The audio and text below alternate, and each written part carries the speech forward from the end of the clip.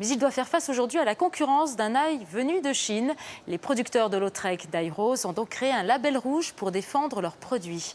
Reportage de Laurence Decherf et d'Alexandre Paulson. La réputation de Lautrec ne s'arrête pas à son charmant village médiéval. Elle tient aussi à un joyau cultivé aux alentours depuis le Moyen-Âge, un bulbe qui fait vivre 160 producteurs, l'ail rose. La terre, elle tombe mieux là, tu vois, c'est plus souple. Voilà, c'est bon, allez. La récolte qui se termine sur ces coteaux du Tarn ne s'annonce pas si mauvaise. Il reste pas un pied, hein. Nickel. La pluie de juin a bien donné quelques sueurs froides à Jean-Claude Boutier, mais pas de catastrophe. Cet ail, une fois arraché, vous voyez qu'il est mis en paquet. Il va être séché pendant 15 jours, 3 semaines, avant d'être mis commercialisé, pour être mis en grappe, ce qu'on appelle sur Lautrec la manouille. Un ail réputé pour sa qualité. Pourtant, la production française d'ail a diminué de 40% en 15 ans. Avec leurs 19 000 tonnes aujourd'hui, les Français ne font plus le poids comparé aux Espagnols, 160 000 tonnes, aux Argentins, 800 000 tonnes et surtout aux Chinois, 12 millions de tonnes. L'ail chinois arrive en France 3 fois moins cher que l'ail français.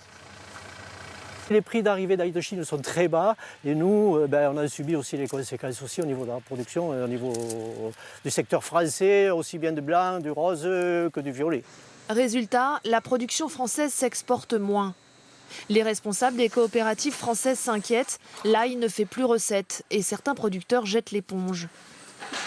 Difficile à l'œil nu de faire la différence entre un ail blanc chinois, à gauche, et un ail français, ici à droite. Bon, il faut savoir que l'ail chinois aussi, en termes de goût, parce que nous, il y a eu des tests organoleptiques qui ont été effectués, est beaucoup moins fort que l'ail français. Quant aux consommateurs, ils mangent sans s'en rendre compte de plus en plus d'ail argentin, espagnol et même chinois.